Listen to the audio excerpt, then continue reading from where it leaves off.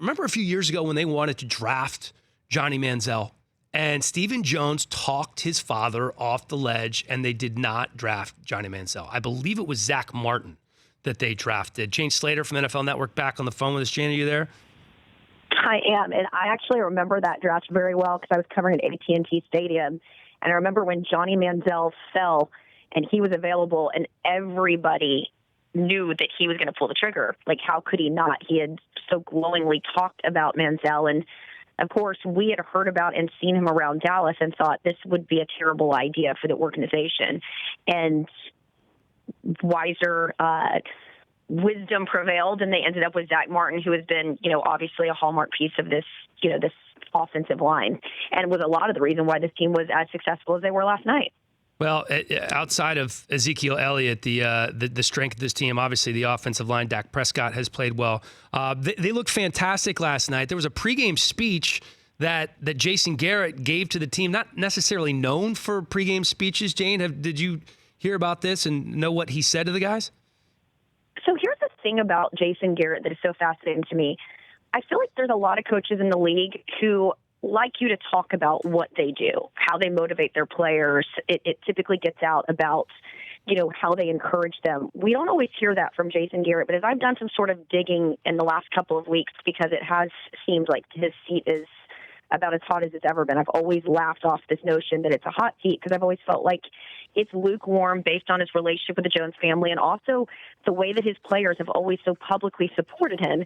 And one of his former players told me just a few weeks ago, he said, Jane, you guys don't see how accountable he holds us or how tough some of our practices are. And I said, no, I'm actually not familiar with that. That's, if anything, it's what us in the media typically knock him for because we don't hear about it.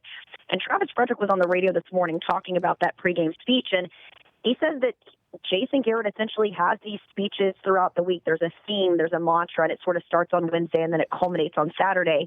But it was Sean Lee who really came out and said this speech, this one in particular, was one of the best he'd ever heard.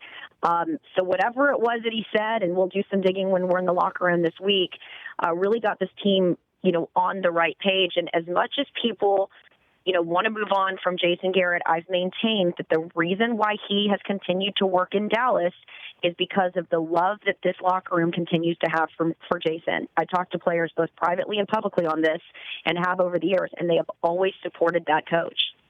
Is there a number of playoff games, a number of wins that he has to get to keep his job? I don't feel like Jerry Jones is anxious to pull the trigger on Jason Garrett. I feel like he would have done this a long time ago. Now, I know this year's a little different, and it could still end in a disappointing season. If they beat the Eagles, they're going to be headed to the postseason, assuming that they can wrap things up and get home field advantage. What does Jason Garrett have to do to keep his job? So here's how I would break this down for you, Dan. Ian Rappaport came out with a report yesterday, and I'd heard whispers of it and then later confirmed. The Jones family did, in fact, use back channels this offseason. After that Rams loss, they were absolutely livid. Keep in mind, that's following that Packers divisional loss. So they used back channels to sort of engage the possibility of bringing someone like Sean Payton here. That, of course, didn't work out. They had already announced a few months before that they were going to put Jason Garrett on sort of a prove-it deal. You've got 1 year left in your contract.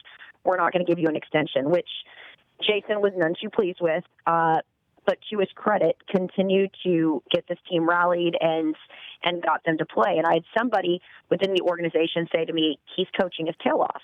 This was ahead of the season. So they were noticing that at camp. Then we've heard, these discussions that I'd reported that Stephen Jones, within the last few months, has talked to Urban Meyer, and the Cowboys are interested in him. Now, Jerry Jones shot down that report, and they will maintain that they have not been doing these coaching searches. Fine. But I would argue that as mad as they've been with Jason Garrett and as frustrated as they've been with Jason Garrett, he wants him to succeed. The Jones family thinks very highly of Jason Garrett. There was that report a few weeks ago that the Giants would be interested in Jason. I maintained that if Jason were not to get brought back here by Dallas, I believe the Redskins would be in play. Cleveland is where he had a lot of family, so I think Ohio would be interesting, especially the way that he is with young players. he certainly wouldn't be the type of guy that would love as vocal quarterback as Baker Mayfield, but I think the players learned to respect him. Dak Prescott loves Jason Garrett, might I point out to you. And so as I'm listening to Jerry, who's sort of been on this emotional roller coaster because he wants to win so bad, he wants these guys to win, he wants this coach to win, he said something very interesting last night. He said, when he was asked about if this win causes him to reassess his thoughts on the future of this team and coaching staff, and he said, that implies I had concluded and had assessed the future, and that's not correct. I had not reached that point. What it does remind me is that the season's not over. He also said, there's nothing I'd like more than to ride his coattail into a fairy tale here. A couple weeks ago, it was Jerry Jones who, after blasting Jason and the coaching staff after the loss to the Patriots, it was after that Bills loss came out and said that adversity is the opportunity to write a hell of a comeback story. And then he says to us reporters, you guys believe in redemption. I'm a redemption man.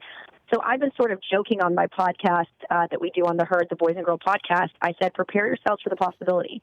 I believe there is a scenario, as crazy as it sounds to people, I believe this, that if Jerry can't go out there and land the Sean Paytons of the world, and he's got to go with an unproven NFL guy or, one of these younger college coaches, the Matt Rules of the world, the Lincoln Rileys, and Jason starts creating buzz amongst some of these other NFC East teams, and there's a possibility they could lose him, prepare yourselves for the possibility that if they go and they win the divisional game and it looks like he lifted this team up, I think he could give Jerry the sort of edge and the hope and the idea that, maybe we'll bring Jason back. I'm just saying prepare for the possibility.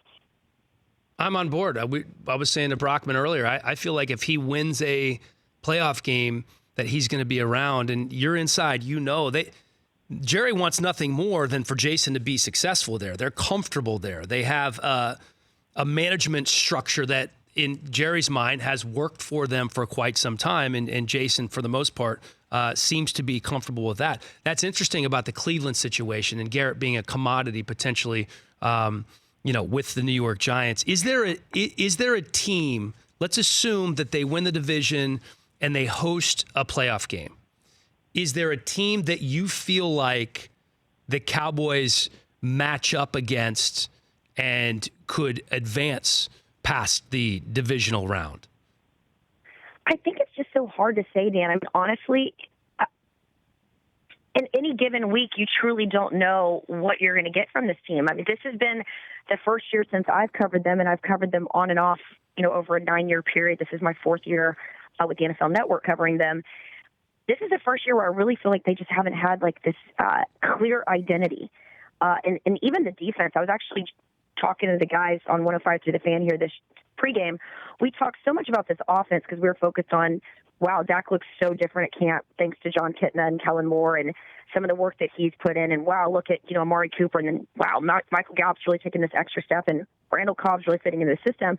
I feel like it was a bit of a decoy. We weren't focused on the defense and some of the deficiencies on defense, not to mention some of the injuries. And so this year, and then, of course, special teams, I mean, we weren't even paying attention to how much Brett Maher was going to be a liability for you. But it just has been so hard for them to piece it all together. It's hard to imagine that this team can make a run in the playoffs, but then they go out there and they play a team that, it was Eric Weddle who told me they can't afford to lose.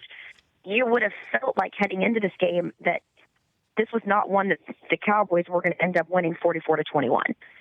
And so I believe that they truly have bought into this idea, as crazy as all of us on the outside think it is, that they can write a hell of a comeback story and make a run. And when I look at the way the Falcons beat the 49ers, the way that the Cowboys have kept it close with not only the Patriots in those conditions, kept it close with the Saints in New Orleans, if they go on a run and they start believing themselves and they start playing complementary football, I've never thought that the team didn't have the talent to do it. But for whatever reason, they weren't motivated to do it, which was wild. But if they're able to play the way they were last night, I think they could make a run, as crazy as it sounds.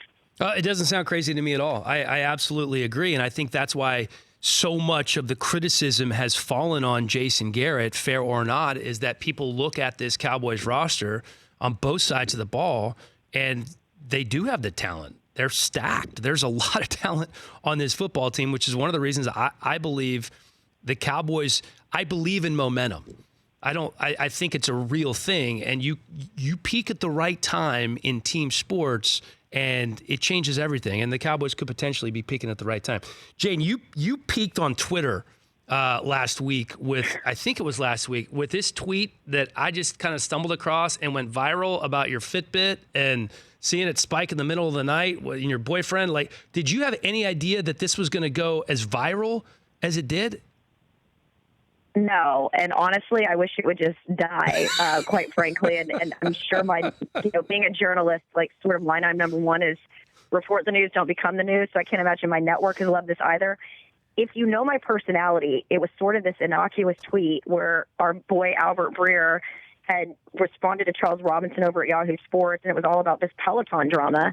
And I was just joking that, hey, I love health-motivated gifts until I don't. And I was just joking about this Fitbit story that happened. I won't give the time period because, I wasn't certainly looking to drag the accused or looking for justice. We've both very much moved on.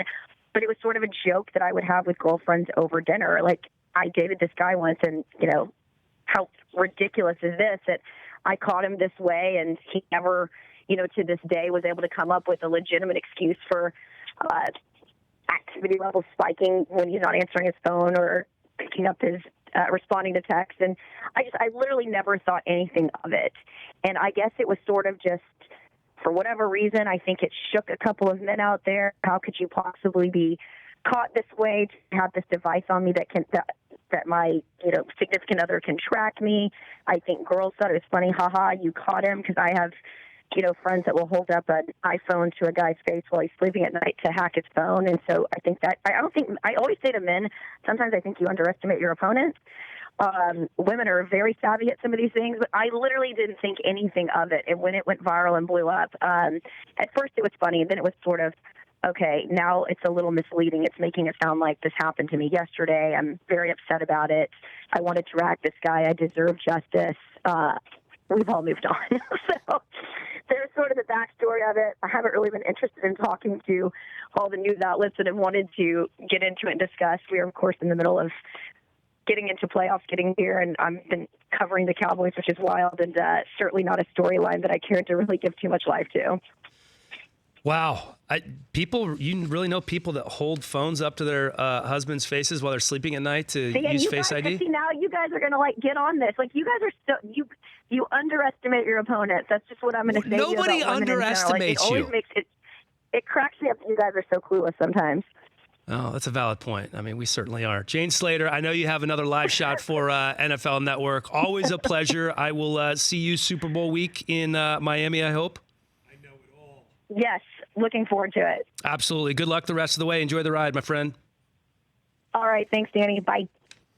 Jane Slater, so much fun to talk to. Inside with the Cowboys. Few know more about that organization than she does. For more of The Rich Eisen Show, tune to Audience Channel 239 on DirecTV for free on BR Live, or download the Rich Eisen Show app.